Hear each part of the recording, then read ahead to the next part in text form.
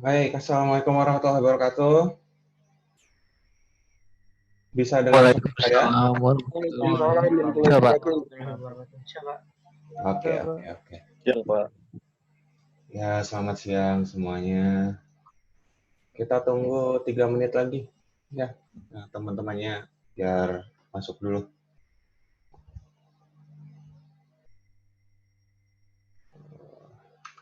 Baru ada berapa peserta nih? Baru 35. 35 dari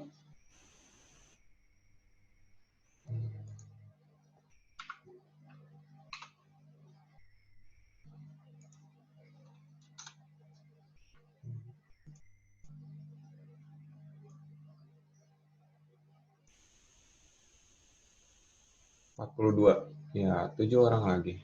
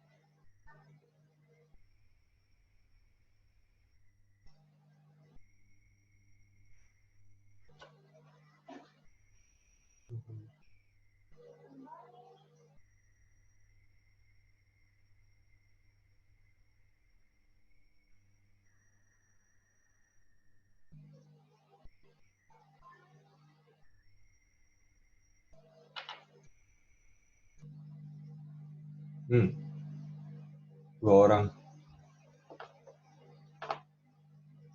Oke, kita mulai saja. Ada 2 orang yang mungkin terlambat connect. Tidak masalah. Ya, sekarang kita masuk ke pertemuan kedua ya dari mata kuliah pengendalian mesin listrik. Materi kita minggu ini adalah tentang konsep dari mesin elektromekanikal. Ya, bahwa mesin listrik itu terdiri dari pertama tentunya mesin ya, namanya mesin yang mekanik ya. Dia adalah suatu alat pengkonversi baik itu dari gerak ke listrik ataupun listrik ke gerak, makanya disebut dengan elektromekanikal. Kebalikannya ya berlaku gerak ke listrik atau listrik ke gerak.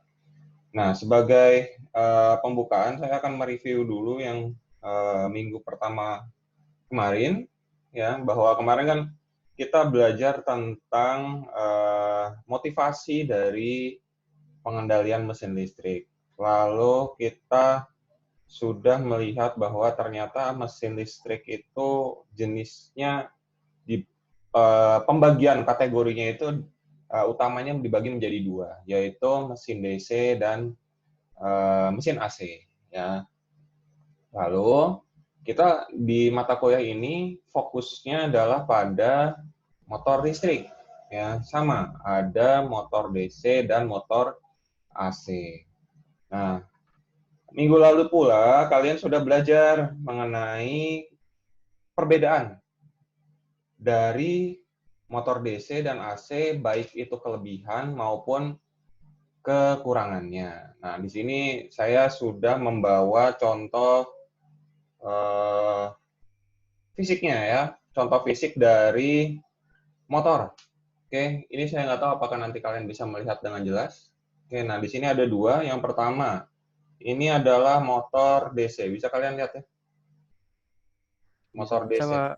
Ya, ini motor DC yang apa di Tamiya itulah, ya kecil. Ini maksimum tegangannya 12 volt. Maksimum. Tapi biasanya kalau di Tamiya itu ya sekitar 2 baterai AA kan ya, berarti 3 volt 1,5 kali 2. Ya, lalu arusnya tidak akan lebih dari 4 ampere atau 5 ampere. Kita anggap ya kita ambil maksimum 5 ampere gitu ya. 5 dikali 12. Nah, berarti kira-kira 60 watt ya. Itu pun tidak bisa lama itu tadi ya. Maksimum 60 watt. Mungkin hanya sekitar ya 1 menit gitu ya sudah sangat panas sekali gitu. Oke. Nah, ini besarnya segini. Lalu saya punya AC motor yang digunakan untuk drone. Nah, ini. Ya, lihat besarnya hampir mirip kan ya? Oke. Besarnya mirip, dia bisa dibandingkan gitu. Yang ini tegangannya ya dia supply-nya 3 fasa. Kabelnya ada 3 ya. Kabelnya ada 3. Sedangkan ini kan DC, ya hanya ada positif dan negatif saja ya. Ini 3 fasa. Lalu dia kalau kalian belajar drone gitu ya, kalau kalian sempat main drone, ini disuplai dengan baterai 3 sel, maksimum 4 sel. Yang ini ya, yang saya pegang ini 3 sel, maksimum 4 sel. Di mana satu selnya itu 3,7 volt. Artinya kalau 3 sel berarti 11 ya. Sekitar 11,1, kalau 4 sel berarti sekitar berapa? 4 kali 3,7, 28, 14,8 gitu ya, hampir 15. Oke, 15.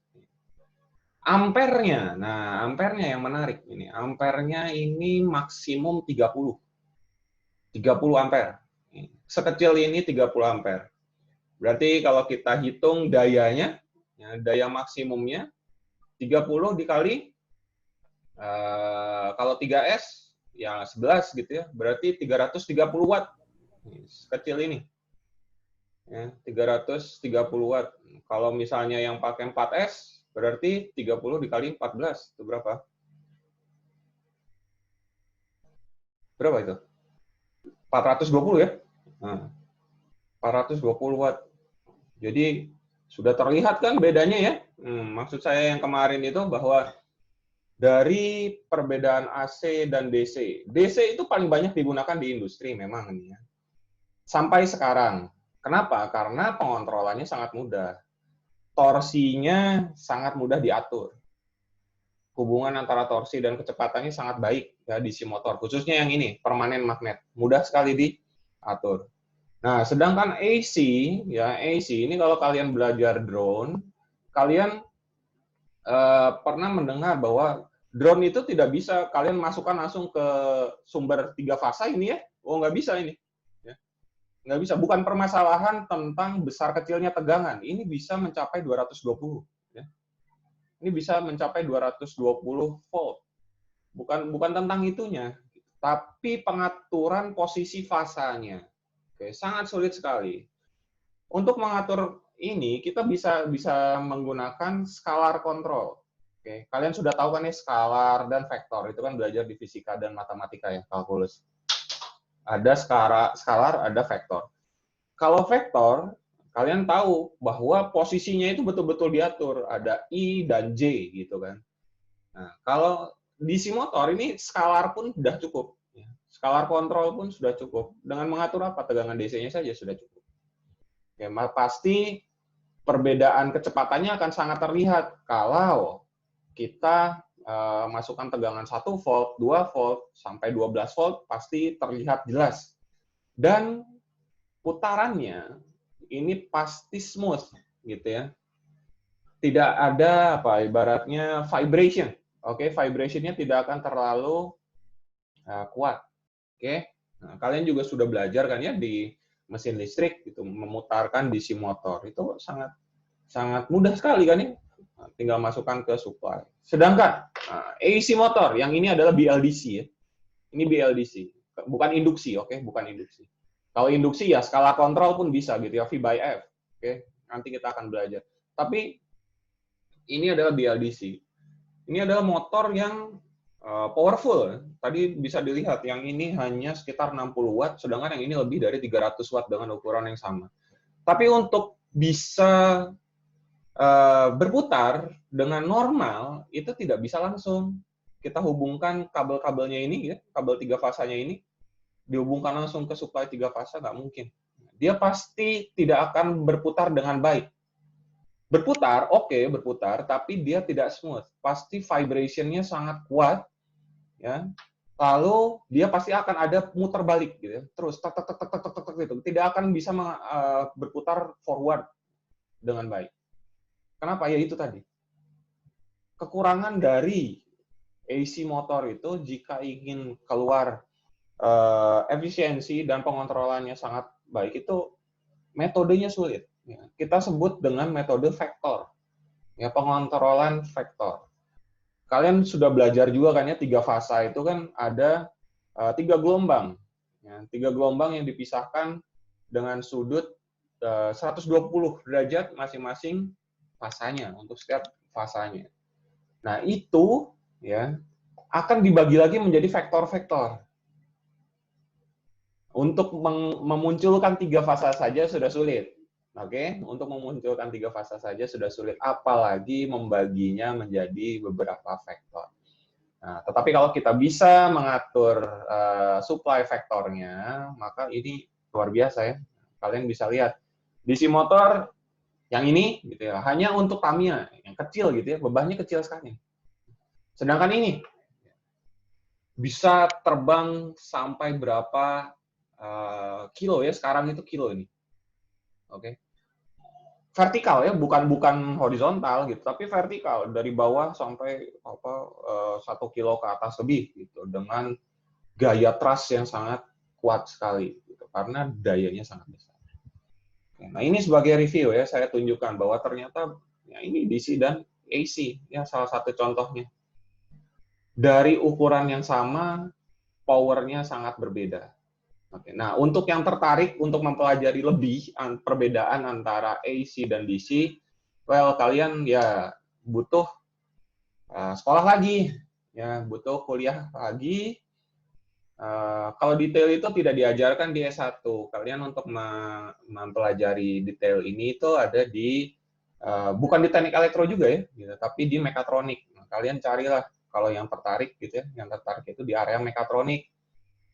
Biasanya di teknik mesin, ya biasanya di teknik mesin, maka kalian bisa belajar detail tentang pengontrolan motor yang dua ini, ya, baik DC ataupun AC, BLDC. Itu. Oke. Sampai sini dulu ada pertanyaan, siapa tahu ada yang tertarik tentang dua hal ini. Monggo.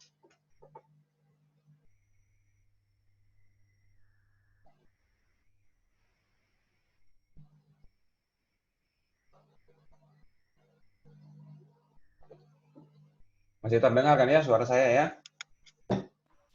Maaf Pak, saya ingin tanya Pak. Monggo, Davi.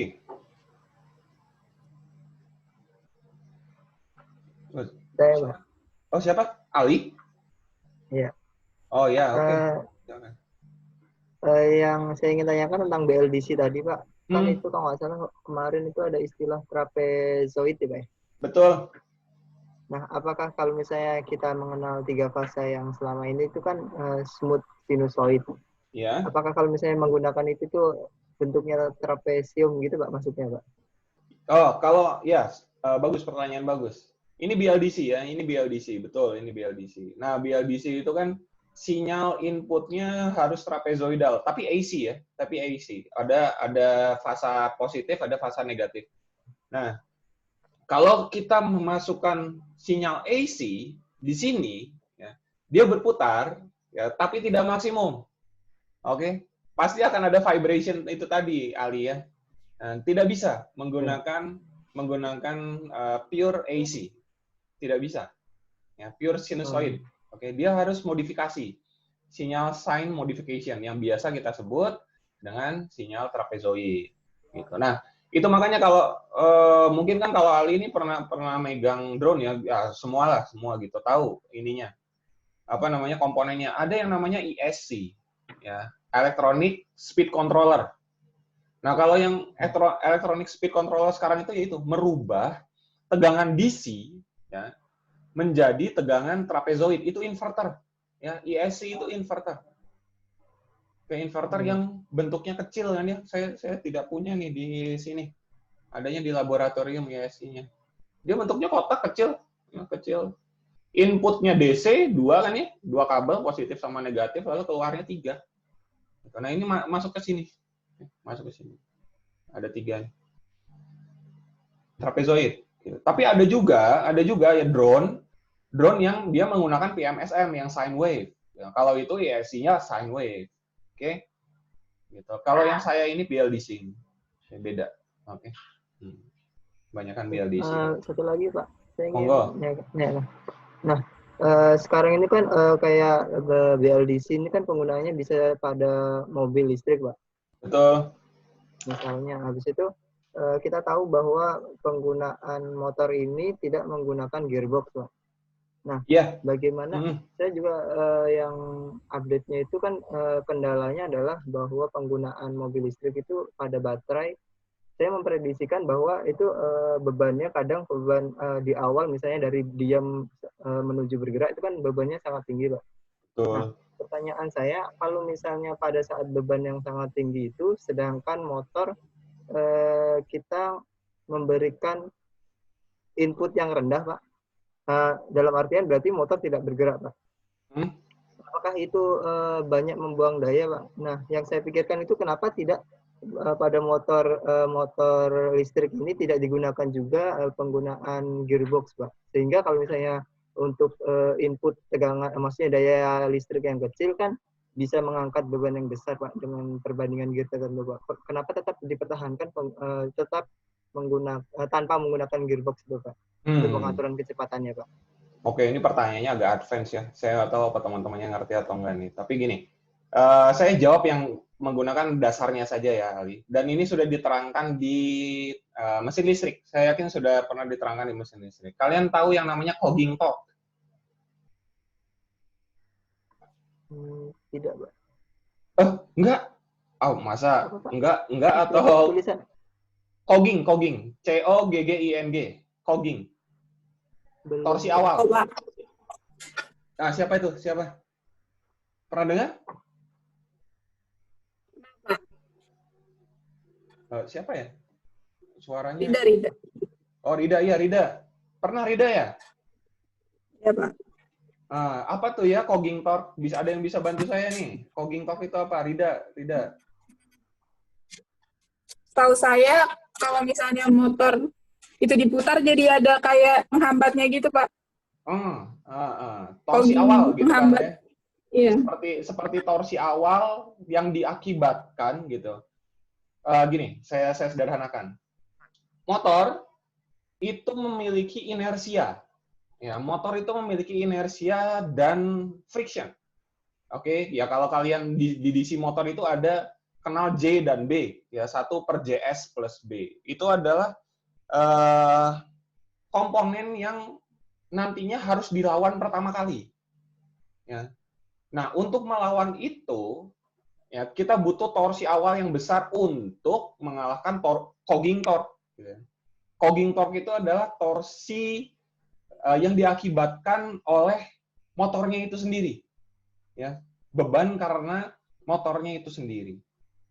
Sama kayak kalian, analoginya kalau kalian mau berjalan, ya supaya bisa jalan, kalian harus ngangkat kaki dulu kan ya. Untuk bisa ngangkat kaki, kalian butuh energi kan, karena kaki kalian juga punya gaya ke bawah kan ya. Maka kalian harus mengeluarkan gaya ke atas yang melebihi gaya berat kaki kalian. Ya, nah itu kalau pada motor itu namanya itu cogging torque. Oke, setuju bahwa cogging torque itu mengakibatkan transien yang besar, Ali ya. Karena ya itu harus sekejap. Oke, harus sekejap keluar energi yang cukup besar. Nah, kenapa kok tidak menggunakan gearbox? Karena motor listrik tipe kontrolernya itu sudah advance. Ya. Motor listrik AC ya khususnya yang digunakan di mobil listrik. Dia tipenya itu sudah advance. Dia sudah punya kontrol untuk menanggulangi si cogging torque-nya itu. Dan kecepatannya kecepatannya itu powernya ya, power dari motor listrik itu saat dikontrol dengan tadi metode vektor kontrol itu sudah seperti gearbox. Torsinya betul yang diatur itu torsinya, bukan putarannya. Ya, yang diatur itu torsinya. Jadi itulah kelebihannya ya, kenapa sekarang semua dielektrifikasi. Karena motor listrik itu powerful ya, dibanding dengan motor apa namanya fuel gitu ya, motor biasa, motor konvensional. Motor konvensional, apalagi diesel gitu ya, apalagi diesel. Diesel itu tenaganya besar, tapi saat kalian gas kebulnya banyak ya kan. Si Kopaja itu lah ya, itu kan diesel ya, kuat dia itu. Makanya kalau banyak kecelakaan karena Kopaja itu ya karena dia torsinya kuat ya. Torsi yang dihasilkan kuat tapi boros. Gitu. Boros sekali, putarannya kenceng. Ya. Kalian belajar di mesin listrik nggak perbedaan antara di mesin listrik di DKI ya, perbedaan antara mesin diesel dan mesin listrik. Belajar nggak? Lupa, Pak. Lupa. Oke, lupa. Ya, nggak apa-apa. Nah, kalau mesin diesel ya dibandingkan ada tiga kan ya sebenarnya mesin itu, mesin diesel, mesin apa namanya fuel biasa gitu, dalam artian bensin lah gitu ya, dan mesin listrik.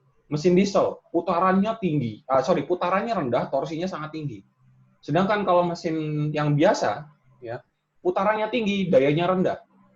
Mesin listrik keduanya ini di cover. Gitu. Itulah apa kelebihannya mesin listrik. Oke? Baik, Pak. Terima Oke, kasih, Pak. ya semoga bisa menjelaskan lah paling tidak dasarnya ya. Kalau mau lebih advance, nanti kita pelan-pelan, nanti sampai di akhir, sampai. Baik, Pak. Terima kasih, Pak. Ya, sama-sama. Oke, satu lagi, ada lagi nggak? Sebelum saya masuk ke konsepnya dulu nih.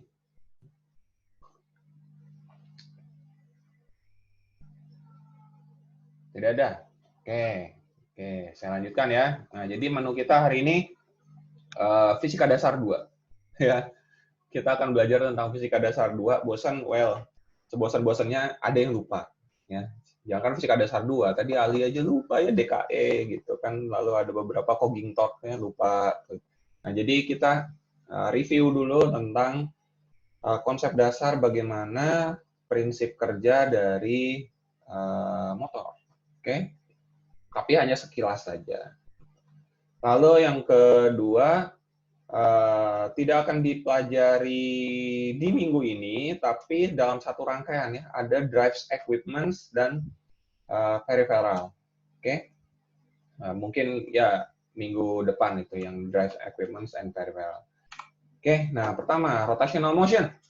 Gitu. Kalau di fisika dasar 1 kalian belajarnya itu tentang GLB ya, gerak lurus beraturan. Gerak lurus berubah beraturan. Lalu setelah UTS baru tuh muncul ya kalian mengenal yang namanya sentripetal, sentrifugal dan lain-lain. Nah, untuk motor listrik kita fokus pada pergerakan rotasi.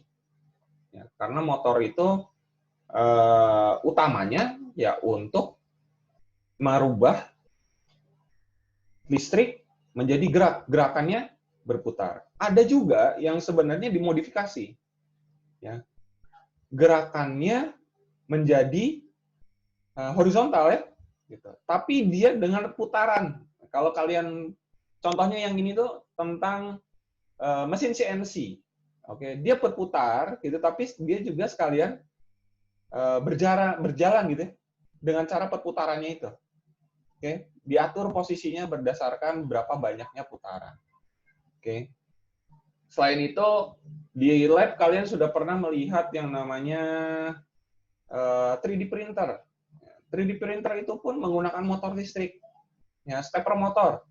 Tetapi dia geraknya gimana? Kiri dan kanan, atas, bawah, gitu. Itu adalah hasil dari rotational motion, ya.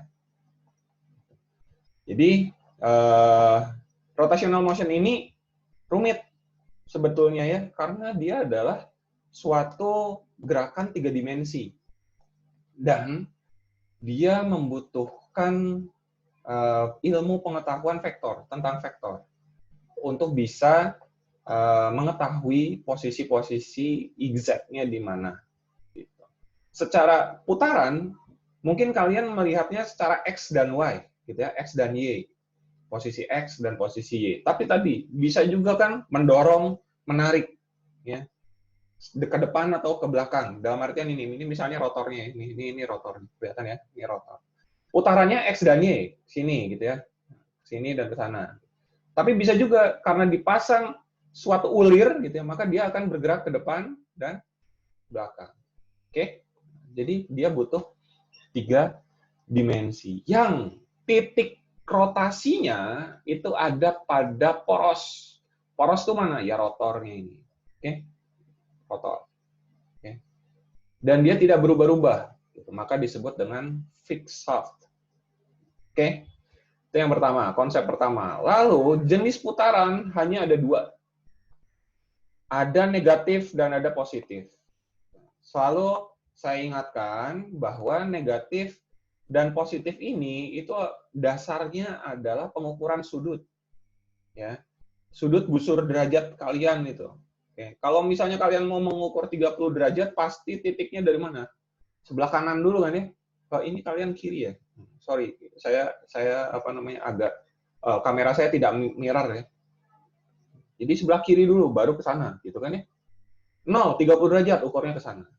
Oke?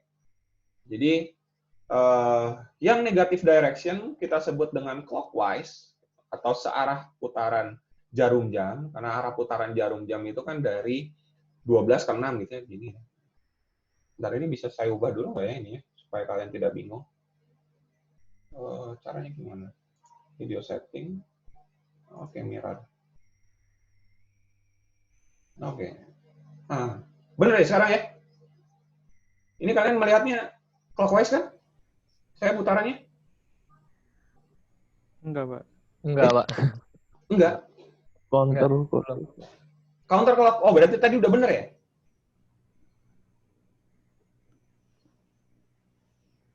Belum keganti kayaknya, Pak.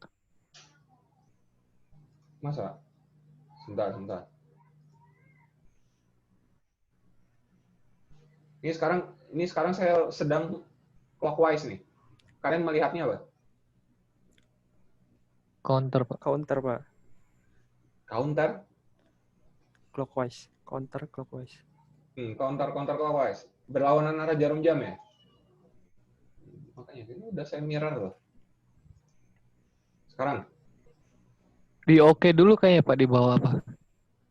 Nggak ada oke-nya. Baik. Ini Bayu kan dia yang ngomong? Iya, Pak. Nah, langsung di close aja gitu. Saya udah klik kok mirror. Atau saya matikan dulu. Nyalakan. Bagaimana sekarang? Masih sama, Pak. Sama.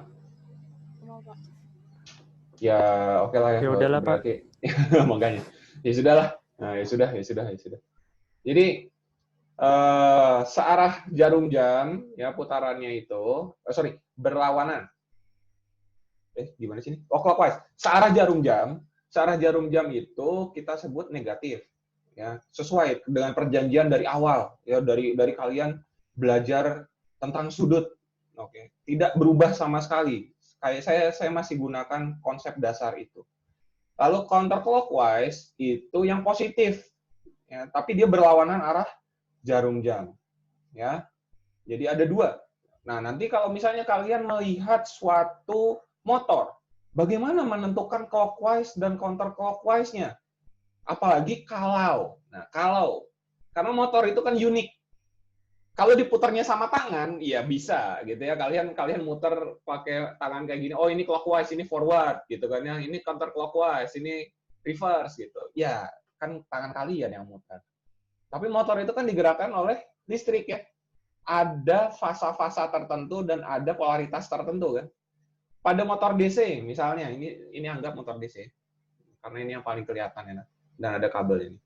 Kita tidak tahu nih mana positif, mana negatifnya. Oke, kita tidak tahu. Anggap saja warnanya sama kayak gini gitu ya, hitam-hitam dua-duanya.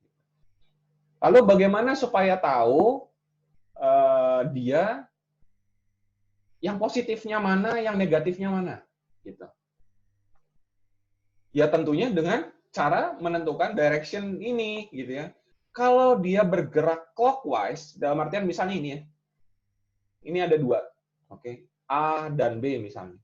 Kalau misalnya kabel A ini kalian hubungkan dengan polaritas positif pada baterai, lalu kabel B kalian hubungkan dengan polaritas negatif, dan gerakan si motor itu adalah clockwise, berarti cocok. Gitu ya, bahwa ini positif, kabel A itu positif, dan kabel B itu polaritasnya juga negatif. Itu case pertama. Ya, case di mana motor tidak diketahui polaritasnya. Motor tidak diketahui polaritasnya. Tetapi ada juga kan motor yang sudah diketahui polaritasnya. Motor DC. Ada juga yang ini adalah positif, biasanya kabelnya warna merah kan ya. Lalu ada kabel hitam untuk polaritas negatif. Lalu saat kalian hubungkan, ternyata gerakannya adalah counterclockwise. Ya. Gerakannya adalah counterclockwise. Maka counterclockwise itu disebut forward. Ngerti nggak maksud saya?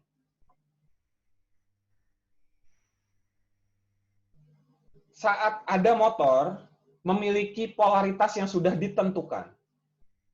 Ya. Saat ada motor sudah ditentukan polaritasnya dari pabrikannya. Lalu dari polaritas motor itu, kalian hubungkan dengan suatu supply dan polaritasnya dihubungkan sesuai. Ya, positif ke positif, negatif ke negatif. Pada DC motor ya. Positif ke positif, negatif ke negatif. Lalu respon dari motor itu adalah counterclockwise. Maka counterclockwise itulah yang disebut dengan forward pada motor. Oke, gerakan forward. Ya, ini saya masuk ke istilah yang lain dan tidak saya tuliskan di slide. Kalian harus ingat sendiri. Ya. Counterclockwise-nya adalah forward karena sesuai dengan polaritas motor. Tapi kalau misalnya ada motor polaritasnya juga sama, ya. Positif, negatif. Positif dihubungkan dengan supply positif, negatif dihubungkan dengan supply negatif. Dan dia adalah clockwise. Maka clockwise itu juga disebut dengan forward. Jadi, kesimpulan dari gerakan forward itu apa? Siapa yang bisa ngomong nih? Saya tunjuk. Mana partisipan?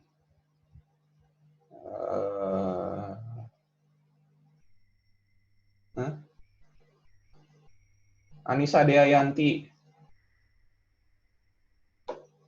Anissa. Iya, Pak.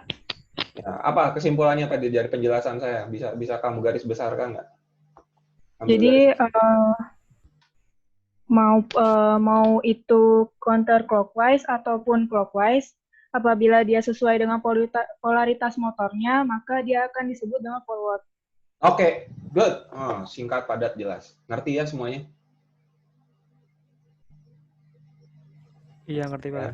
Oke, gitu. Jadi itu gitu ya. Sengaja saya agak putar-putarkan dulu supaya kalian nangkep nggak sih maksudnya, gitu ya. Kalian yang buat kesimpulan sendiri. Oke.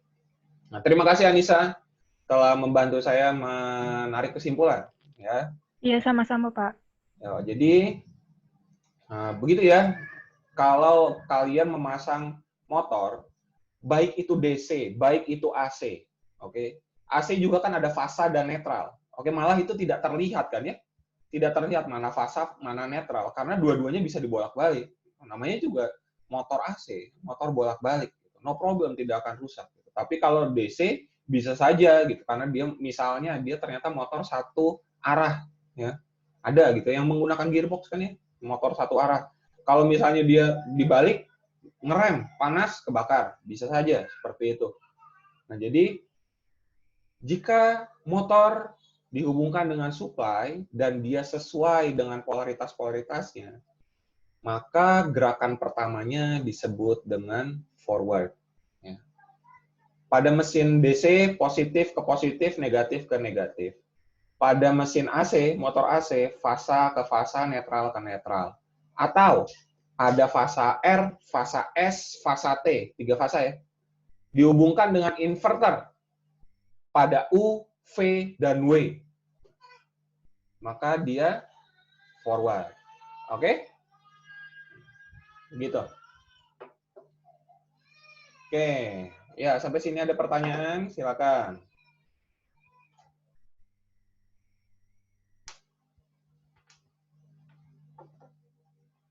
Belum. Oke. Oke. Nah, sekarang saya masuk ke yang kedua ini. Gitu ya. Bagaimana cara mengukurnya? Cara mengukur gerakan dari motor. Gerakan pertama itu adalah posisi. Posisinya di mana? Kalau posisi motor itu tidak ada ya meter, tidak gitu. Karena gerakannya berputar. Balik lagi ya, gerakannya berputar. Berarti sudut. Ada 2 representasi posisi pada motor dengan unit radian dan yang kedua adalah dengan unit degree. Oke, radian atau degree. Di mana satu putaran itu adalah 2 V radian. Ya, 2 V radian. Makanya keliling dari lingkaran itu ya 2 pi. Ya kan? Keliling dari lingkaran 2 pi. Lalu sudutnya ya karena satu keliling itu 360 derajat, ya 360 derajat. Sudah. Artinya kalau kita ingin mencari satu radian ya tinggal dibagi saja ya, 360 dibagi 2 pi. Satu radian itu sekitar 57,32. Oke, sedangkan kecepatannya itu satuannya adalah disebutkan dengan angular velocity ya, radian per second. Oke, yang nantinya bisa kalian ubah menjadi RPM, rotation per minute, atau RPS, rotation per second. Oke, bisa terserah kalian. Oke. Kalau velocity di sini V, gitu ya. Ini V itu apa? Kecepatan tangensial. Sedangkan kita ingin mencari yang angular, omega. Oke, satuannya omega. Ya. Oke. Nah, lalu di sini ada beberapa jenis kecepatan.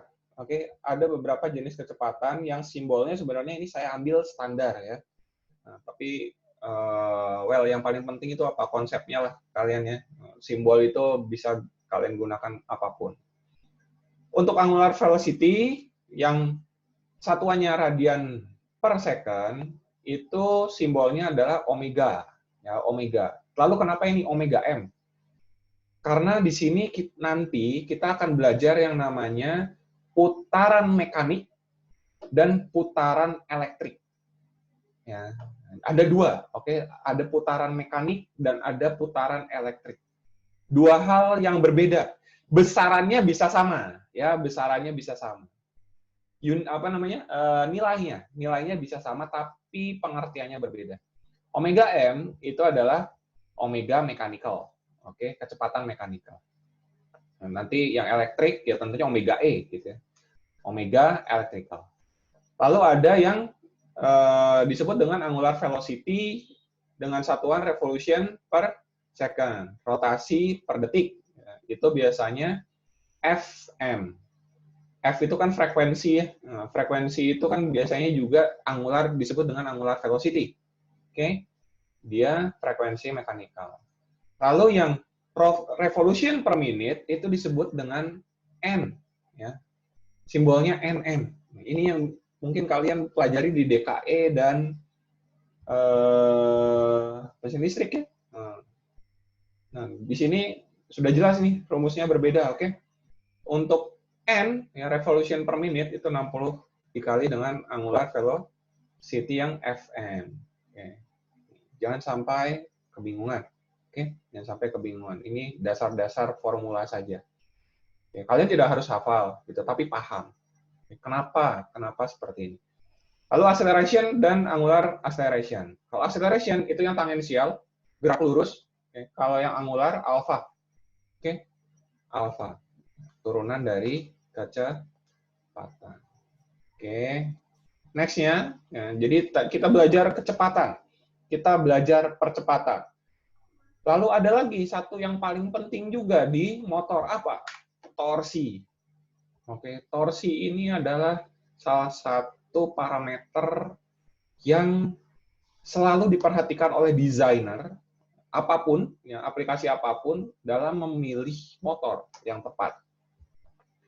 Kalau kita salah memilih motor, salah memilih parameter torsinya pada motor, ya gagal, ya pasti nggak bisa berjalan. Gitu. Misalnya kalian mau membuat mobil listrik, tapi mobil listrik itu kan berat ya, bahkan dari rangkanya, lalu orangnya naik ke mobil, naiknya berempat pula gitu. Satu orang misalnya kita anggap 50 kilo kali 4, 200 kilo. 200 kilo itu gaya ke bawahnya, bagaimana dengan gaya rotasinya? Nah, kan ini ya rumusnya fisika. Gayanya tadi 2000 Newton. Gitu. Berapa R-nya terhadap masing-masing rodanya kan? Masing-masing rodanya nih.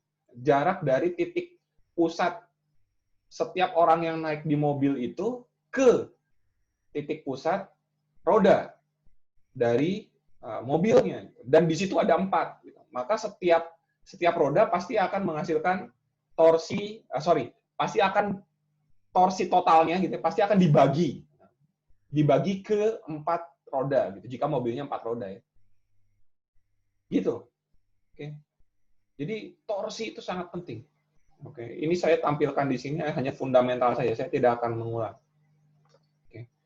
Torsi itu adalah hasil kali dari perkalian silang ya, cross multiplication antara jari-jari dan gaya.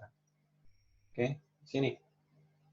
Sehingga pada motor basisnya itu adalah hukum Newton, second law, di mana torsinya I itu apa? Inersia kan ya? Gaya inersia dikali percepatan. Oke, ini yang paling penting. Nah, dari torsi, nanti kita akan bisa menghitung energi. Oke, di mana energi itu kan equal dengan work, ya, dengan usaha. Karena W itu sama dengan U, kan ya? W dan U itu kan equal. Kalau pada fisika dasar 2, hanya negatif saja kan? Hanya arahnya saja yang berbeda, tapi nilainya sama. Oke. Sedangkan kalau kita mengacu pada bahasan kita semuanya rotasi, artinya kita hanya mempedulikan rotational work, energi yang dikeluarkan untuk gerakan berputar. Oke, dan ini adalah power-nya, ya, di mana power itu adalah turunan dari usaha.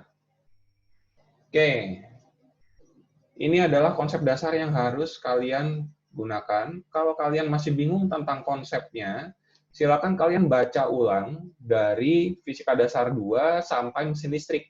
Bagaimana caranya mengaplikasikan hukum-hukum ini untuk diterapkan pada motor listrik. Oke. Oke, sampai situ dulu sebelum saya masuk ke sini, keterangan penjelasan mengenai torsi dan kecepatan. Masih gampang?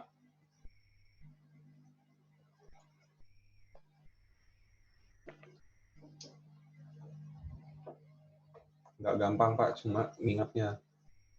Lupa-lupa ingat ya. Iya, nggak apa-apa. Namanya juga belajar, normal. Ayo, jangan malu-malu. Jangan malu-malu.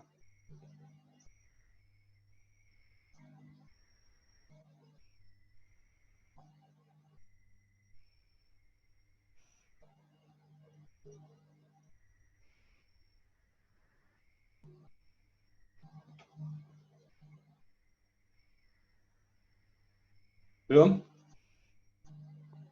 Ini nggak ada yang nyalain videonya nih. Saya ngomong sendiri nih. Oke, nggak apa-apa. Nah, nggak usah dipaksakan. Oke, saya lanjutkan deh. Kalau kayak gitu. Sekarang kita masuk ke hubungan antara daya dan torsi. Oke. P itu daya, T itu torsi. Tapi selain itu, kita juga memperhitungkan tentang kecepatan. Oke. Karena pada tadi, pemilihan motor. Pemilihan motor itu sangat menentukan ya. Sangat menentukan bagaimana aplikasi industri yang akan kalian rancang itu nantinya berjalan dengan baik. Kalau salah pilih, bahaya ya. Akan menjadi miss kriteria nantinya aplikasi kalian. Nah, setiap motor itu memiliki parameter yang sudah ditetapkan dari pabrikannya. Baik itu untuk torsi ataupun kecepatan, ya, baik itu untuk torsi ataupun kecepatan.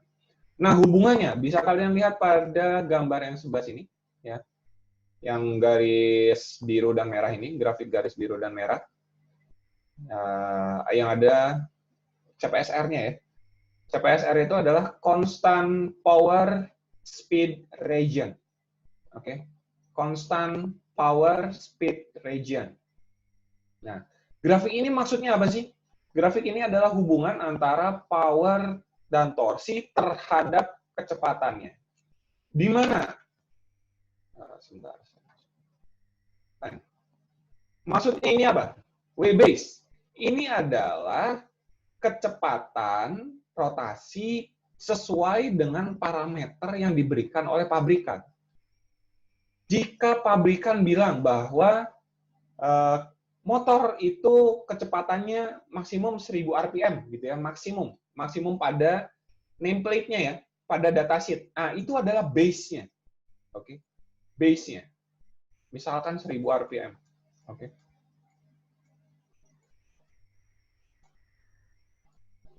Nah, 1000 RPM. Lalu torsinya, misalkan torsi maksimumnya adalah 7 Newton meter. Oke. Newton meter.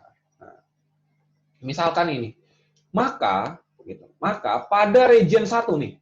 Oke, region 1. Ini adalah region 1.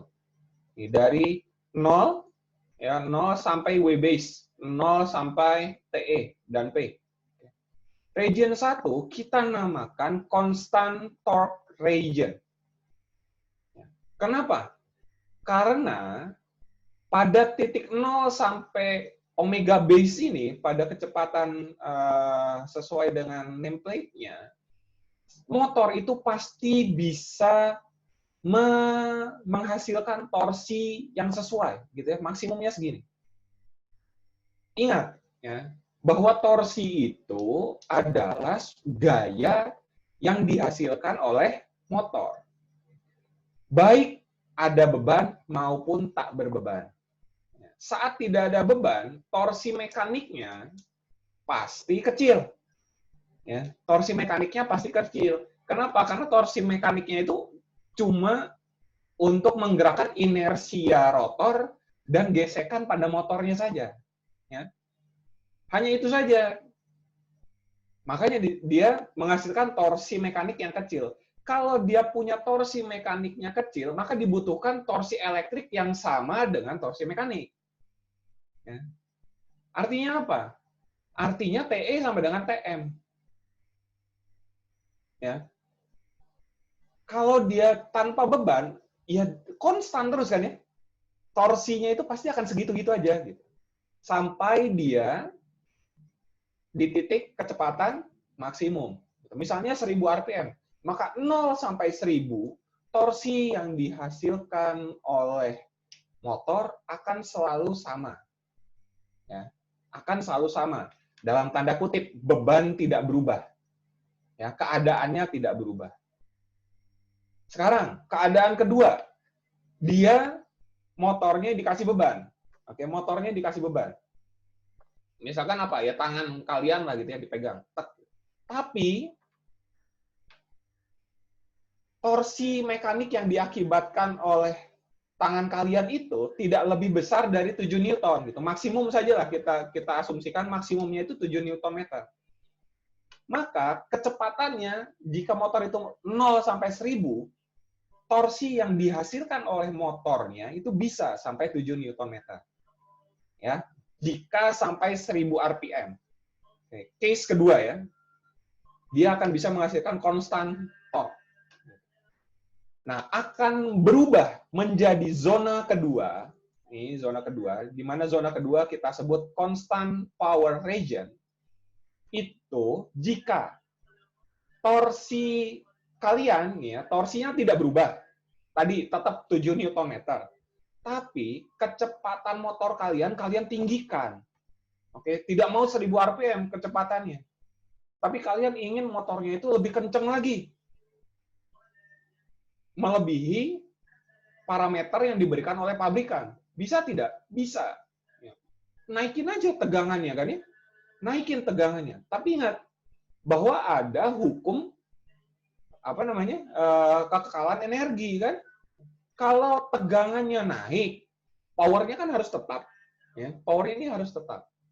Artinya apa? Arusnya kan yang harus turun ya. Setuju tidak? Power itu kan V kali I. Oke, power itu adalah V kali I. Ya, ini saya pakai rangkaian listrik dulu lah, biar gampang. P sama dengan V kali I. Di mana power pada motor itu adalah ini nih. Oke, torsi kali omega. Oke, sekarang saya kasih ini. Torsi kali omega. Sekarang omeganya naik, ya kan? Ya, omeganya naik. Torsinya konstan. Oke, torsinya konstan. Sedangkan energinya harus tetap. Ya kan?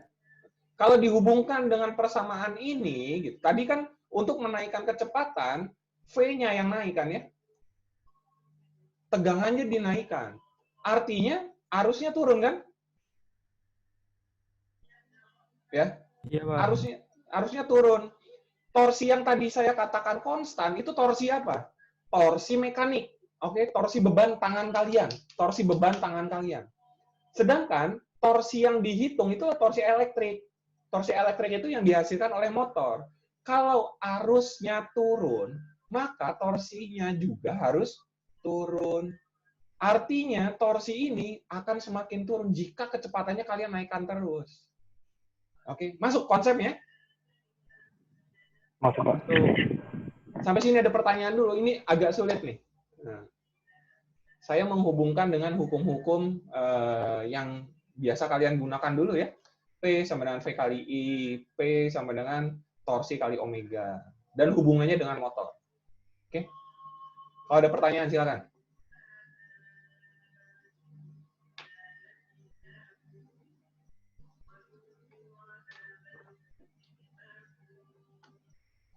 Jadi setiap motor ada 2 region ya. Ada constant torque region, di mana constant torque region itu adalah kemampuan motor bekerja dengan normal saat parameter-parameter basis dari motor tersebut dipenuhi. Oke. Parameter-parameter basis dari motor tersebut dipenuhi. Entah itu kecepatannya dan torsinya. Ya. Hubungannya lebih detail lagi, biasanya ya, ini biasanya. Kecepatan itu hubungannya langsung dengan tegangan, biasanya. Oke, saya tidak menyebut semuanya. Biasanya kecepatan itu berhubungan dengan tegangan. Di mana tegangan itu juga berhubungan dengan frekuensi. Ya. Ini nanti kalian akan belajar di inverter, bagian pengendalian motor induksi. Ya, sebelum UAS. Sebelum UTS. Lalu untuk torsi itu biasanya hubungannya dengan arus.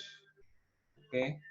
Karena torsi itu adalah gaya putar. Gaya putar itu biasanya dihasilkan karena adanya gaya magnet, gaya Lorentz. Ya, gaya Lorentz itu hubungannya dengan arus.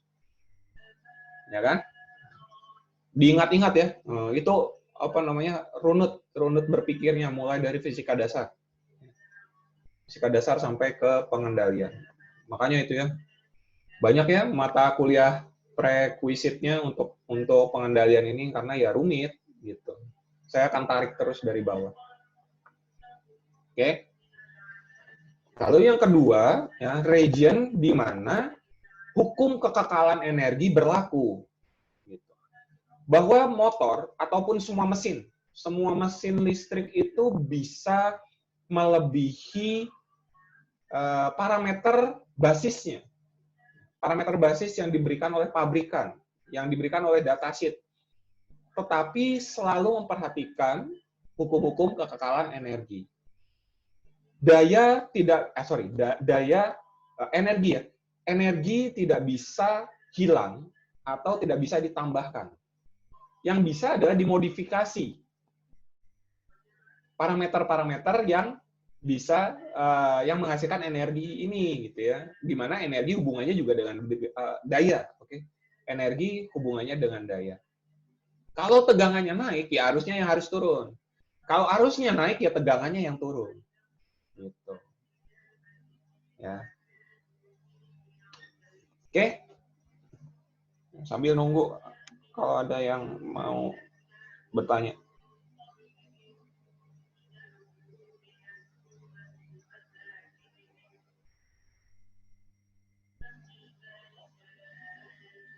Diajarkan juga region ini di mesin listrik?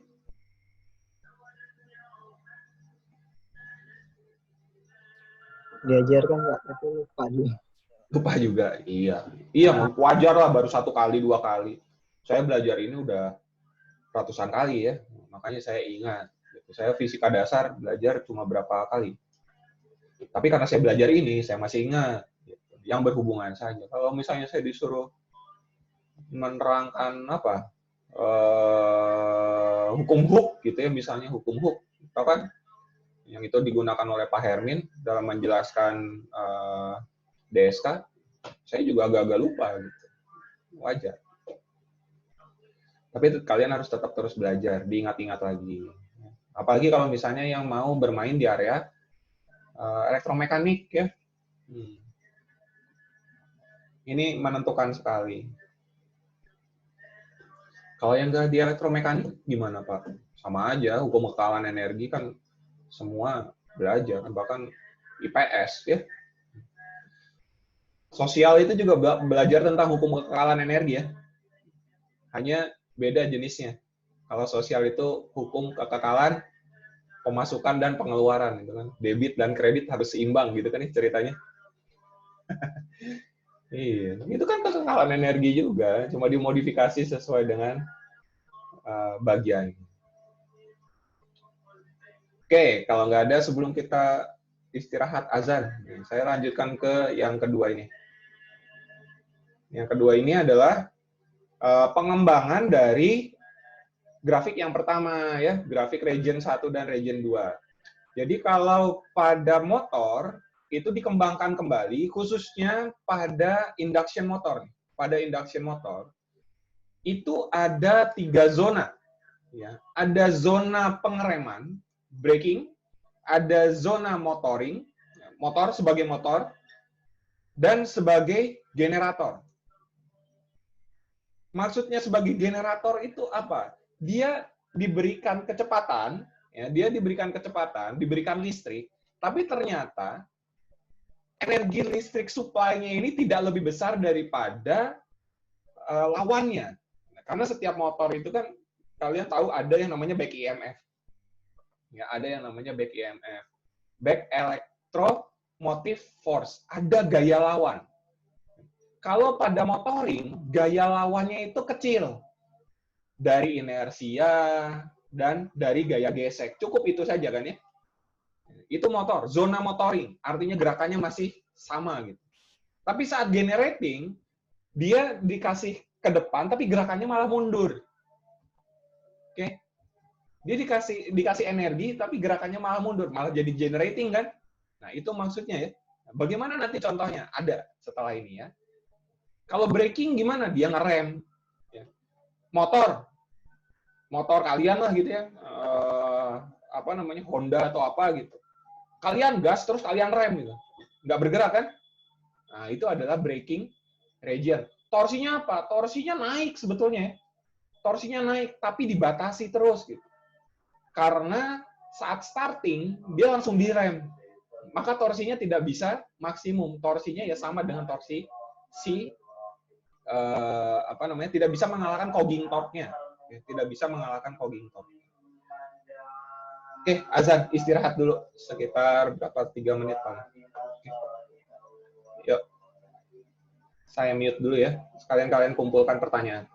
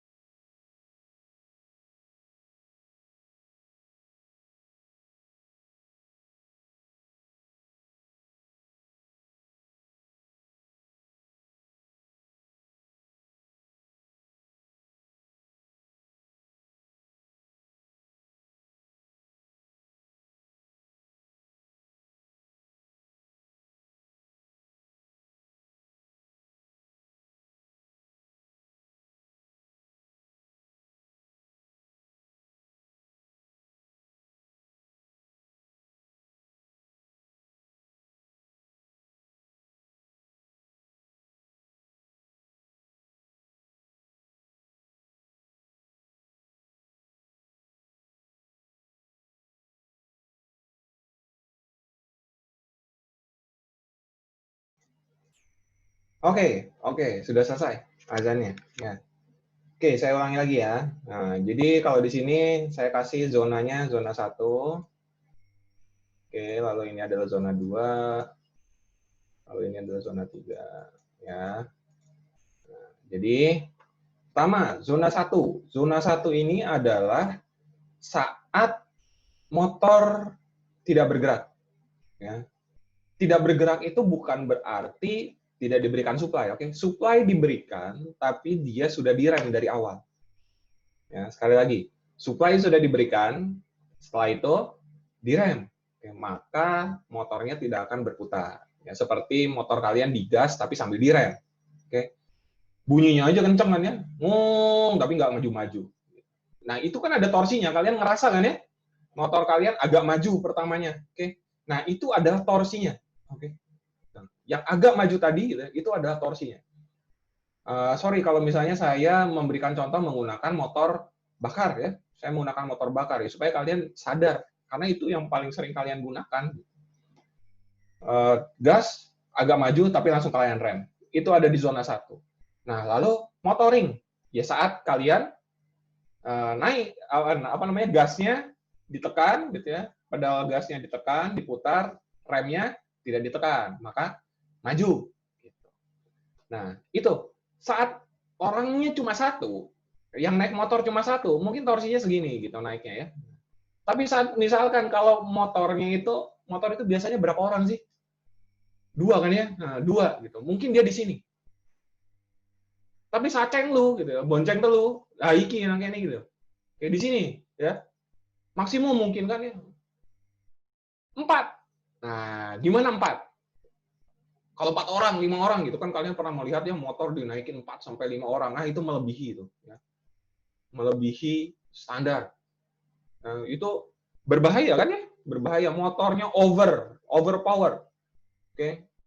Dia melebihi parameter yang diizinkan. Maka menjadi boros kalau pada motor bakar.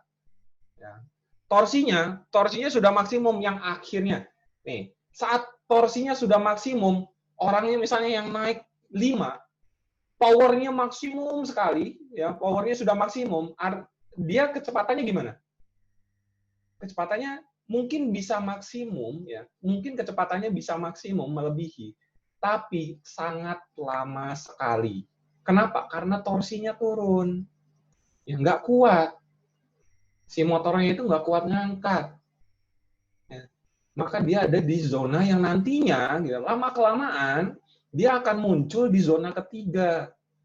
Gitu. Zona ketiga berarti mundur dong, Pak. Bukan. Oke. Dia kecepatannya maju ya, ini positif nih, kecepatannya positif. Tapi karena kalian bayangkan, motor yang kalian gunakan itu dinaikin sama 5 orang, ya. Gasnya kalian pol gitu ya, putar pol, maju kan ya. Tapi kalau gasnya pol terus, panas nggak ya ininya, mesinnya? Ayo direspon lah, walaupun ini mudah ya. Panas kan ya? Panas, Pak. Panas. Nah, itu kan artinya ada disipasi panas yang seharusnya lepas semua kan ya?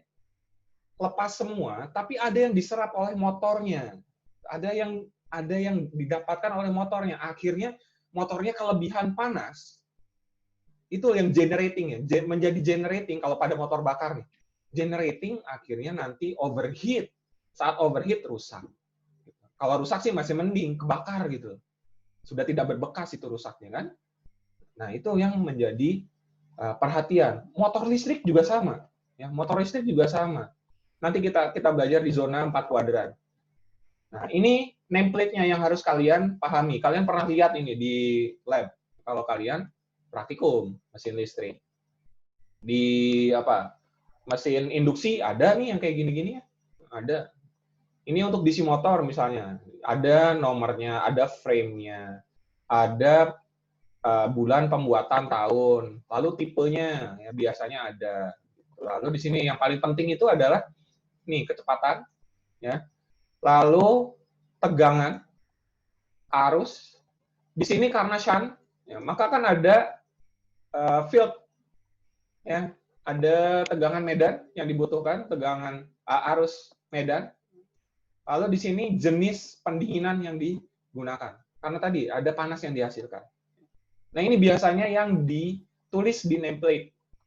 Untuk detailnya kalian baca datasheet. Nanti kalian bisa tahu berapa resistansi dari armaturnya, berapa resistansi dari lilitan medannya, berapa L-nya, induktansinya, dan lain-lain ya. Inersia sampai gesekannya biasanya ada di datasheet. Demikian juga untuk yang ini adalah brushless. Oke. Brushless itu yang mana? Ya contohnya inilah gitu ya, ini brushless.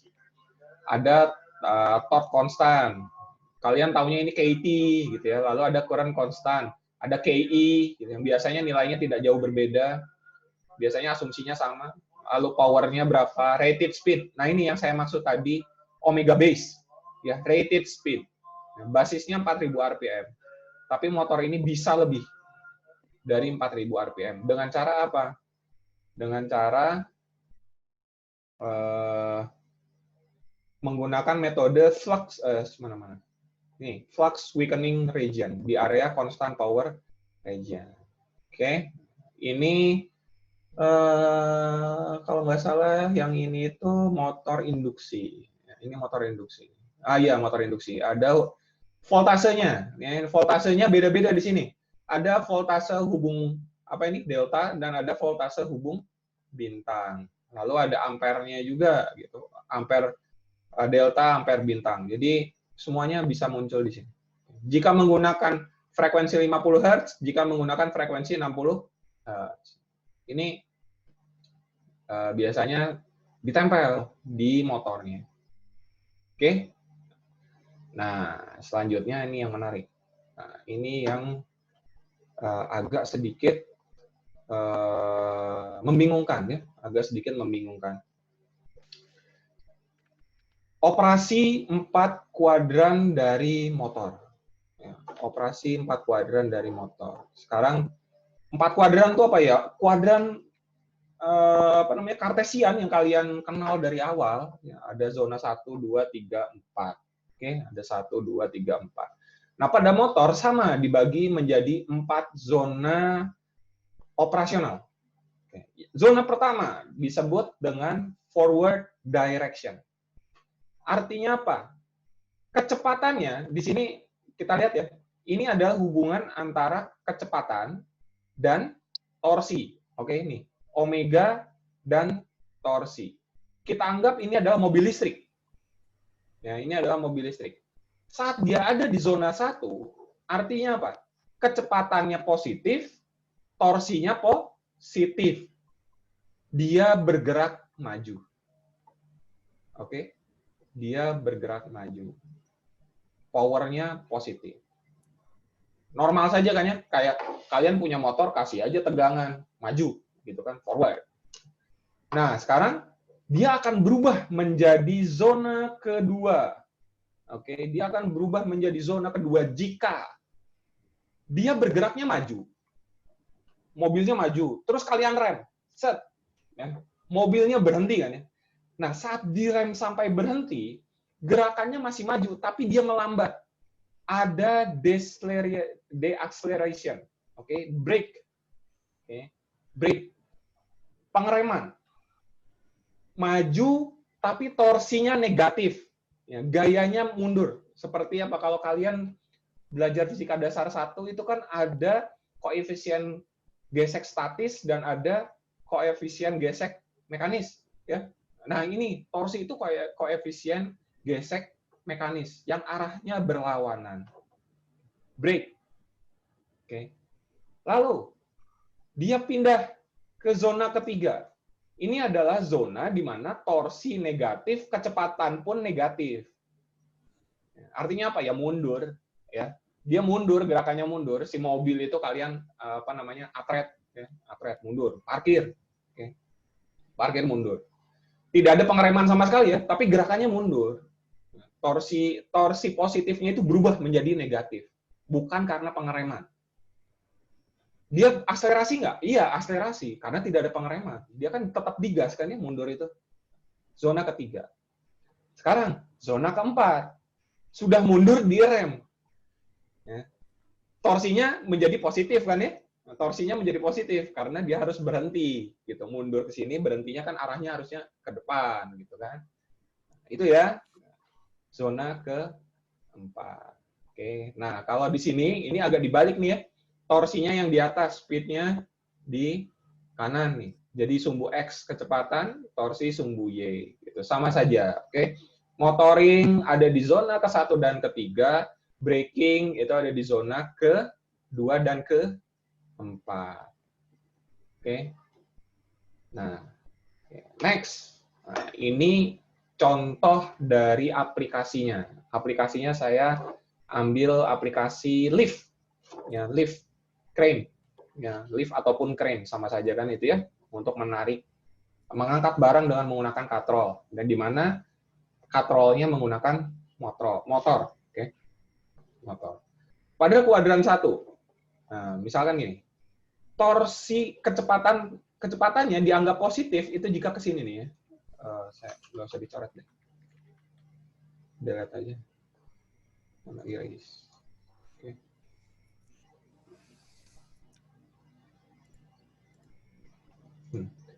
Kecepatan positifnya, kalian lihat tanda panahnya ini. Ya, ke arah sini. Oke.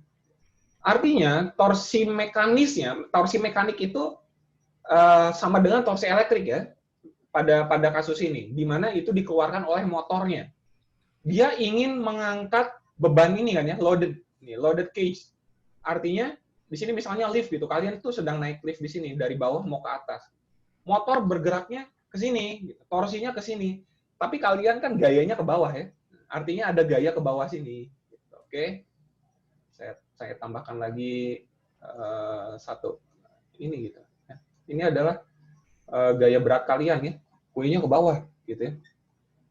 Gaya berat kalian ke bawah. Berarti ini adalah gerakan forward.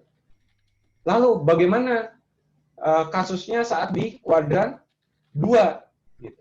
Saat kecepatan dia ke sini ya, positif, kecepatannya positif. Tapi si beban kalian itu tiba-tiba hilang. Ya. Tiba-tiba hilang di sini. Artinya kan dia harus ngerem ya, supaya tidak loss di sininya gitu. Tidak tiba-tiba jatuh ke bawah di counterweight-nya. Oke. Karena kan pada lift kalau kalian lihat itu ada dua kotak ya sebenarnya. Yang pertama adalah kotak yang bisa diisi oleh orangnya. Nah, yang satu itu ada beban gitu ya, bandul. Nah, itu counterweight. Kalau misalnya tiba-tiba kalian keluar, oke, ini si liftnya tuh masih jalan walaupun ini khayalan ya. Liftnya masih jalan, terus tiba-tiba kalian semua itu keluar gitu. Maka kan ini bahaya ya, langsung turun gitu. Maka dia harus direm.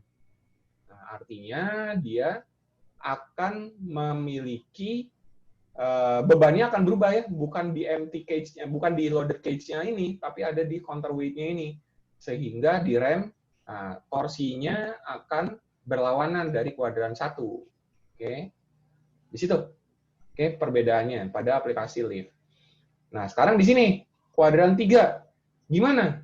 Saat si motornya itu, liftnya itu turun dari lantai 9 ke bawah, ya, baik itu berbeban ataupun sebenarnya tidak berbeban ya. Jika ya yang berbebannya nih ya, yang berbebannya jika bebannya itu tidak melebihi si TM ini. Oke? Masih sama, oke, turun biasa. Oke? Nah, maka dia adalah reverse motoring dan load-nya itu hanya berdasarkan si counterweight. Oke. Nah, lalu braking gimana? Saat kalian semua masuk ke lift, turun ke bawah. Kalau tidak direm, ini turunnya cepat banget kan ya? Kalau tidak direm loh ya, kalau tidak direm, dia akan cepat sekali. Nah, disinilah nanti akan muncul yang namanya generating. Ya, karena direm. Terus itu. Nah, ini ada di generating region. Oke? Itu. Aplikasi pada lift dari operasi 4 kuadran motor. Ini berlaku untuk motor DC maupun motor AC. Sampai sini silahkan jika ada pertanyaan.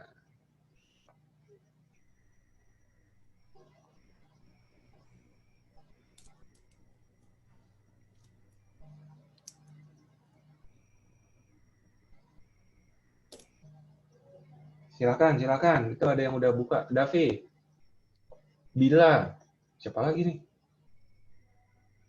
Kalau mau bertanya, monggo.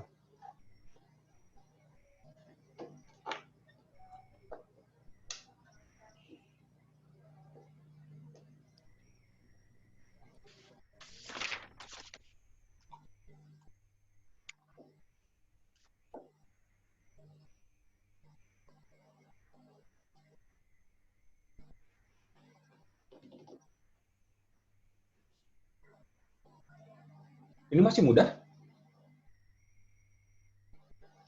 Alhamdulillah.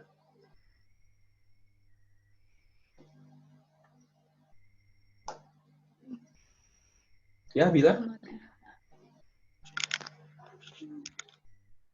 Putus-putus Bila suaranya? Pak, Ya. ya, ini sebenarnya lebih ke tentang pertanyaan kasus yang ada di tempat KP saya, Pak. Oke, no problem.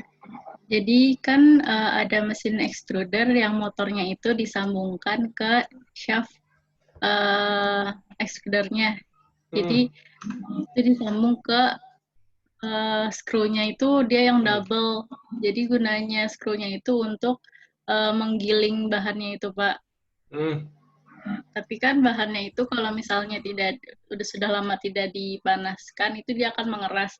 Nah, dia itu akan menahan putaran si skrunya itu. Betul. Nah, jadi kasusnya itu pada saat lahannya itu sudah mengeras, skrunya itu jadi putarannya itu tertahan, tapi lama-kelamaan dia akan memutar ke arah sebaliknya, Pak. Itu yang buat berputar ke arah sebaliknya itu kenapa, Pak? Kenapa? Oke, menarik. Ini sepertinya juga sudah pernah ditanyakan dulu ya, Bil. Tapi nggak apa-apa ya, sharing ini namanya ya. No problem. Nah, sekarang saya stop share dulu. Kayaknya peserta mata kuliah ini juga bingung. Bila ngomong extruder machine itu kayak gimana ya? Gitu kan. Saya share dulu, apa itu extruder machine? Sudah kelihatan? Nah, ini ya, jenis-jenis extruder machine. Ini yang saya klik ini salah satu ya, nih, plastic extruder machine. Extruder machine itu maksudnya apa? Penggilingan. Ya, untuk menggiling, menghaluskan bahannya, atau mengekstraksi dari bahan yang dibutuhkan. Jadi si bahannya itu masuk ke sini, gitu, masuk ke proses mungkin pemanasan atau penggilingannya di sini. Gitu. Ada dua soalnya di sini. Kalau yang ini, saya nggak tahu kalau yang Bila kayak gimana. Ya, apakah hanya satu atau dua? Kalau di sini ada dua nih. Tapi intinya kan sama saja kan ya. Dia untuk menggiling. Di mana penggilingannya itu dia menggunakan shaft bantuan ya, extension shaft yang bentuknya itu ulir gitu ya, Bill. Ya. Nah, bentuknya itu ulir, tekanan gitu. Pada suatu titik nanti dia akan dihaluskan atau dipotong-potong, tergantung dari fungsi dari extruder mesinnya itu sendiri nanti. Nah, pada kasusnya Bila, si bahan itu masuk.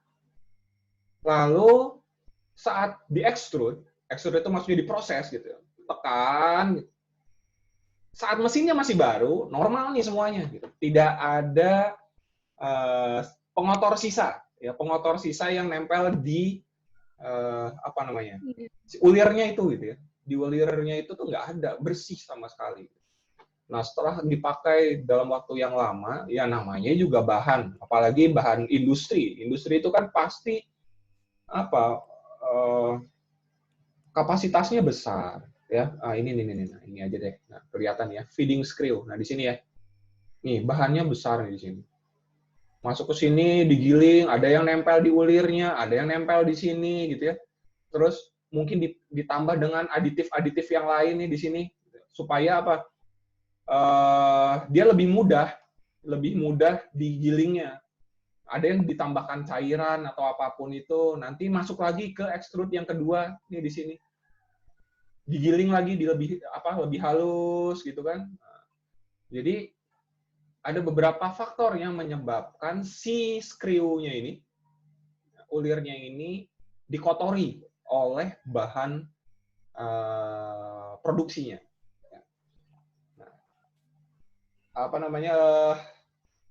Analisis saya, jika alatnya itu seperti ini, saya klik aja lah biar lebih besar. Nah, ini ya. Nah, zoom. Nah, jika alatnya seperti ini ya, biasanya sih ada lah katalis yang lain gitu untuk si extruder mesin ini. Misalnya ini, Bila ya dan kawan-kawan. Di sini sudah ada polutan yang lain, sudah ada pengotor-pengotor yang lain. Lalu ada steam nih di sini. Saat si drive ini digerakkan forward, ya kan? Tadi motor itu kan butuh gaya pertama, gaya awal untuk melawan cogging torque. Kalau masih baru, cogging torque-nya apa ya? Inersia dan gesekannya. Ya, dipengaruhi majority oleh dua faktor itu. Tapi kalau pas sudah lama dipakai, ya majority-nya akan berubah gitu ya, masih makin banyak gitu pengaruhnya dari si bahan-bahan itu. Plus, nah ini kalau pakai steam, jika steam itu kan pasti menghasilkan tekanan ya. Jika tekanan dari steam ini lebih besar daripada gaya awal, torsi awal dari motor, saat dia dimatikan, motor ini punya gearbox yang akan menghentikan putaran. Tapi saat dia nyala, gearbox loss, ya, gearboxnya dilepas, drive-nya harus bisa mengalahkan torsinya ini kan ya. Sedangkan tekanan di sini adalah torsi negatifnya motor. Maka dari itu ada fenomena pada kasus KP-nya Bila, dia bukannya forward, bukannya mengekstrud, tapi malah membalik. Gitu. Itu mungkin satu faktornya ya, salah satu faktornya. Karena ada tekanan negatif. Ya, tekanan yang menjadikan torsinya itu menjadi torsi negatif. Torsi negatifnya lebih besar daripada torsi positif. Sehingga, apa ini? Salah. Stop share. Sehingga dia screen 1. Nah, sehingga dia akan bergerak di area kuadran berapa ya kira-kira? Kuadran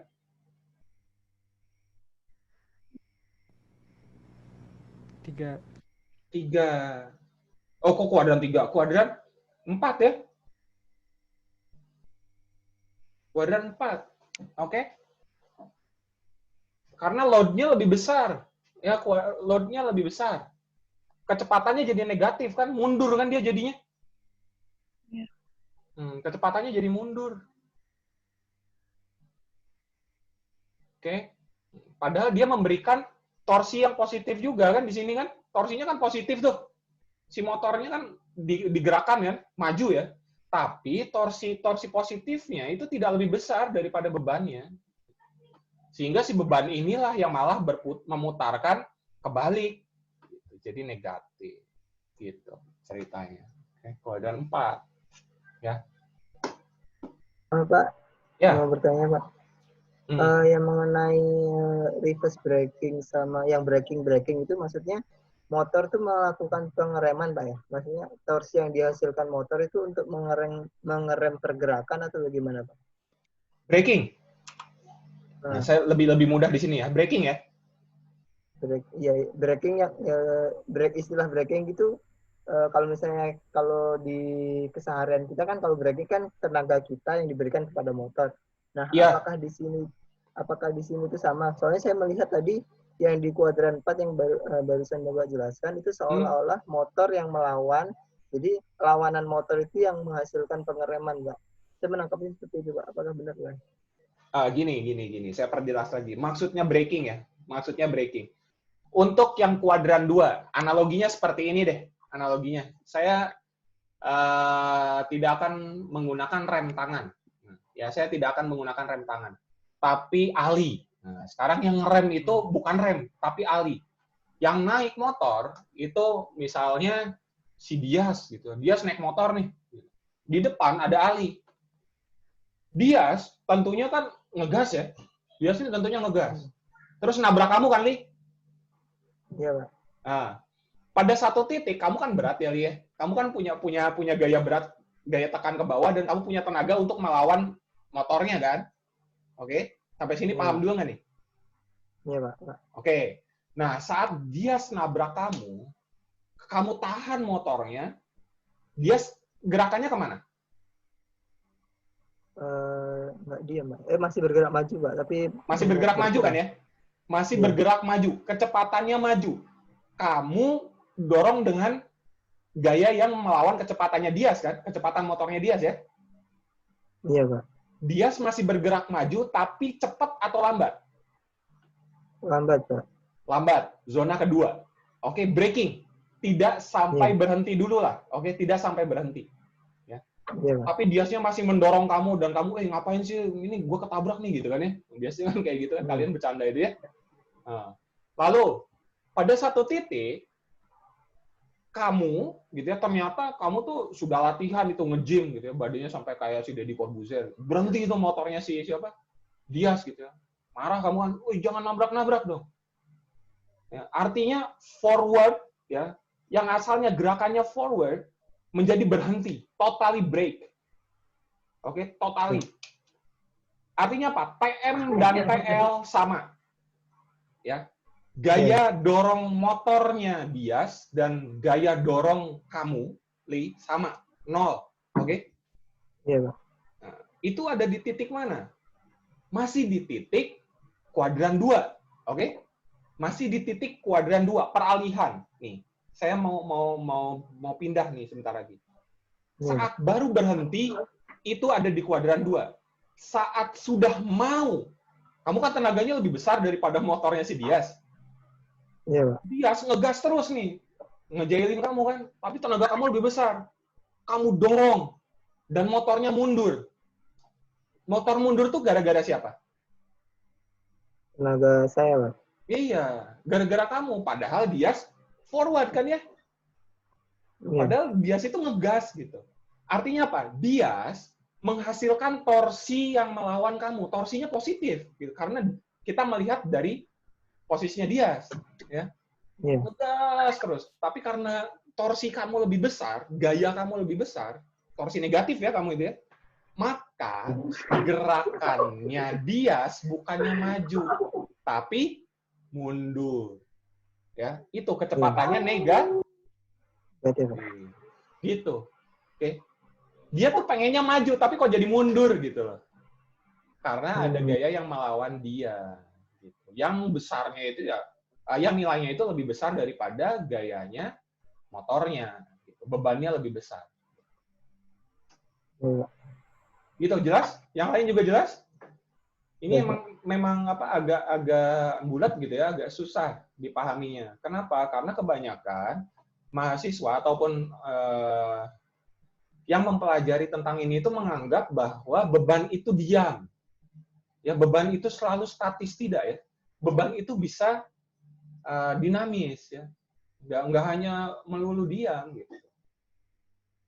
Rem itu yang diam ya. Rem itu diam. Rem motor diam. Tapi saat kamu menganggap bahwa mobil gitu saling dorong ini ya, mobil tabrakan, des gitu kan ya. Yang satu di sini mobil A dia menghasilkan torsi positif. Yang B torsinya juga positif, tapi kan sudut pandang kita pada titik yang mana dulu nih? Mobil A atau mobil B? Kalau pada mobil A, torsi mobil A positif, torsi mobil B negatif. Kalau pada B, torsi B positif, torsi A negatif. Ya, tergantung dari sudut pandang kita di mana. Jelas? Jelas, Pak. Oke. Yuk, nah, semoga bisa analogi ringan-ringan seperti itu bisa memperjelas kalian lah. Next. Ada lagi nggak? Ini materi utamanya ada di sini. Materi selanjutnya, review. Lagi. Ayo.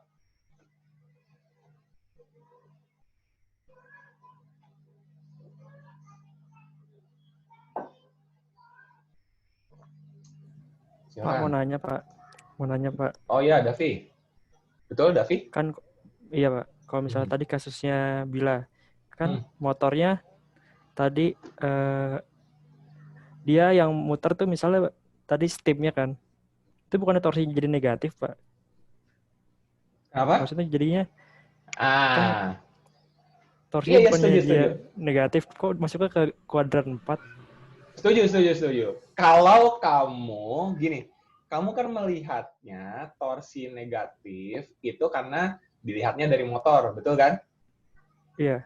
Betul ya? Nah, iya, itu benar gitu. Karena load-nya kan? Load-nya yang negatif ya, load-nya.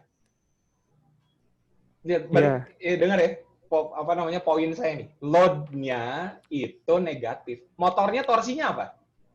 Positif. Iya, benar. Torsinya positif. Kan ini kan Iya, tapi motor, kan, kan? iya terus kan maksudnya si torsi bebannya itu kan lebih besar dari torsi motornya, yang Betul. jadi negatifnya lebih besar dari positif. Nah, terus Betul. muternya kan bukan torsinya langsung negatif gitu. Maksudnya saya kan tadi bilang ke kuadran 3 gitu. Terus Bapak bilang Iya. kuadran 4. Setuju.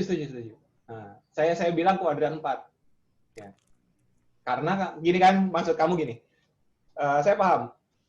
Si torsi steam, ya, steam itu mendorong motornya kan? Iya. Nah, apa bedanya dengan analogi yang saya tadi berikan kepada Ali? Ya, Ali mendorong motornya si Dias itu tadi kan ya? Artinya kan tenaganya Ali lebih besar, torsinya Ali lebih besar. Torsinya Ali negatif kan? Iya. Nah, tapi saya juga menerangkan itu di kuadran 4 kan? Iya. Kenapa? Karena kuadran ini, nih ya, kuadran ini, jadi salah. Mana tadi? Nah, ini ya, operasi kuadran ini tuh kita sudut pandangnya itu pada motor. Oke. Pertama, sudut pandang kuadran ini adalah pada motornya. Motornya bergerak forward. Motornya itu inginnya itu torsinya positif kan? Tadi Bila juga kan begitu. Extruder itu seharusnya positif semua dari kuadran 1. Kecepatannya forward, torsinya forward, ya torsinya positif. Tapi ternyata saat Bila mengoperasikan extrudernya, yang tadi Bila garis bawahi, itu bukan torsinya, Davi. Tapi kecepatannya. Bila tolong konfirmasi ya. Dia malah mundur kan, Bil? Iya, Pak. Torsinya kan Bila nggak ngomong itu. Torsinya kemana kan gitu ya? Oh iya. Nah, gitu kan? Tapi karena ada tekanan, nah ini kan beban ya, tekanannya itu, beban itu jenisnya tekanan pada extruder. Saat tekanannya lebih besar daripada putaran motornya yang ke depan, ya pasti ini kedorong kan? Gimana Pak? Ulang Pak, coba. Putar ke sini ya. Ini kekurangannya apa namanya? Online. Muternya kan forward. Oke? Ya. Forward. Kalau tidak ada beban dia forward. Terus tiba-tiba ada beban yang energinya, dayanya, torsinya itu lebih besar daripada motornya. Ya, paham. Ya. Masuk. Nah, tenaganya si motor ini kan tetap ke depan kan ya. Tapi karena dia lebih besar, ya pasti kan yang ke depan ini akan kalah ya. Akan ngebalik gitu, sama aja kamu kayak panco. Nah, nih, lagi deh gitu ya analogi yang lain. Davi panco sama saya dah. Saya gayanya lebih kecil daripada kamu. Tapi apakah gaya saya mengikuti gaya kamu? Enggak. Enggak kan? Gayanya kan tetap berlawanan ya, tapi saya kalah kan gitu ya. Dilihat dari saya sebagai motornya, oke? Saya sebagai objek utamanya. Nah, ini ya, balik lagi. Kuadran ini, operasi 4 kuadran ini, kalian harus paham bahwa sudut pandangnya adalah motornya, bukan bebannya. Oke, sudut pandangnya motornya. Motor menghasilkan gerakan negatif, tapi gayanya itu sebenarnya dia positif pada kuadran 4. Ya, pada kuadran 4. Begitu, Davi? Sudah mulai jelas? Iya, Pak, perlahan-lahan. Oh, perlahan-lahan. Iya, jangan cepat-cepat. Oke, supaya lebih paham nanti. Diulangi lagi nanti. Iya, Pak. Ada lagi? Pak. Sama-sama. Oh, menarik kan motor itu?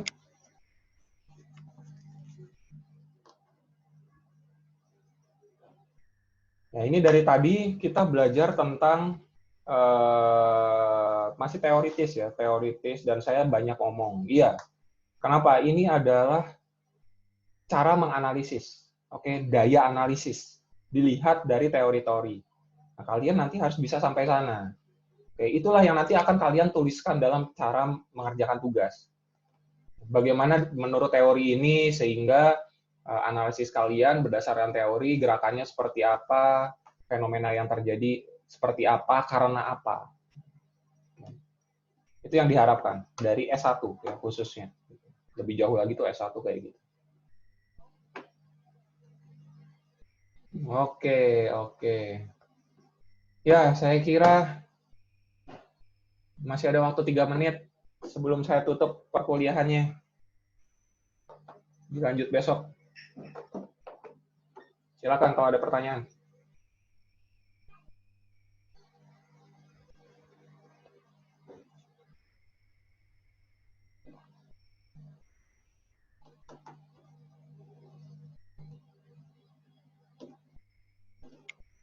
Contoh yang lain. Ya, selain motor, gerakan, dari tadi kita berbicara tentang gerakan motor yang berputar ya. Nah, ada gerakan motor yang mendorong. Ya, contohnya tadi extruder gitu, itu mendorong dan menarik. Ya. Ada satu lagi, dan itu ada di mata kuliah pilihan, yaitu pneumatik dan hidrolik. Ya. Hidrolik itu kan narik, angkat dan turun. Ya. Hidrolik mobil, gitu. Lalu ada hidrolik mesin cuci mobil itu ya, kan naik ke atas gitu lalu turun. Nah, itu prinsipnya menggunakan hukum apa ya itu ya? Tekanan apa yang tekanan fluida itu apa? Saya tiba-tiba lupa. Archimedes ya? Archimedes ya? Hukum Archimedes. Oke. Dan dia dikontrol dengan menggunakan motor. Motornya adalah motor hidrolik. Yang gerakannya seperti piston gitu. Dan dia ukurannya sangat kecil tapi bisa menghasilkan gaya yang bisa 1000 kali lipat dari gaya tekan lawannya bebannya. Nah, kalau kalian memahami konsep ini, kalian bisa membuat apapun ya sebagai engineer electrical. Konsep kuadran ini sebenarnya ada di mana-mana. Kalian mau transmisi distribusi, itu juga ada kuadran 1 sampai kuadran 4 kok. Pembangkit, kuadran 1 apa? Ya, pembangkitnya mentransmisikan energi, lalu bebannya menerima energi kan gitu. Itu forward gitu ya, kuadran 1. Oke. Lalu kalau kuadran 2 gimana posisinya pada transmisi?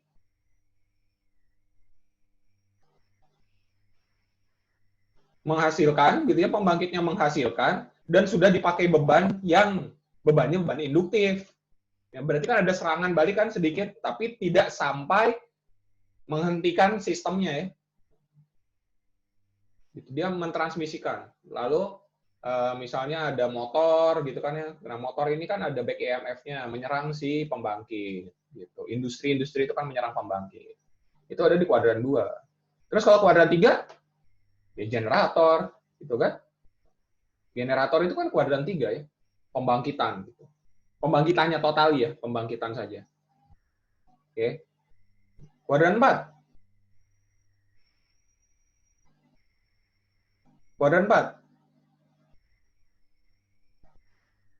Mentransmisikan, gitu ya, tapi bebannya sangat besar. Saat bebannya nyala, transmisinya kurang, gitu. Nyerang balik, mati total. Itu yang biasanya ada di blackout, gitu ya, blackout di area industri. Itu kuadran 4. Ya bisa di mana-mana.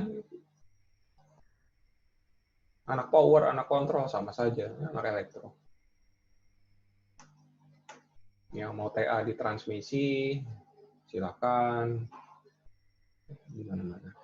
Oke, tidak ada pertanyaan? Cukup? Cukup, Pak. Cukup. Oke, kalau gitu. Besok kita ketemu. Apa menunya? Ini review tuh lihat. Ya, kalian sudah pernah dapat ini. Tapi apa bedanya? Nah, hubungan-hubungan ini akan digunakan dalam penggunaan motor listrik, khususnya motor AC nanti. Oke. Mungkin itu saja dulu dari perkuliahan minggu kedua pertemuan pertama. Besok kita ketemu lagi jam 9. Terima kasih atas kehadiran kalian semua. Saat ini ada 40 orang, ada 2 yang absen. Tidak masalah. Ya. Kalian banyak belajar, pelajari teori-teorinya. Ya, belum ada tugas, tenang saja. Kalian silakan have fun dulu, pelajari fundamentalnya. Ya. Yuk, mahasiswa Teknik Elektro, saya tutup. Assalamualaikum warahmatullahi wabarakatuh. Waalaikumsalam. Yuk. Sama-sama.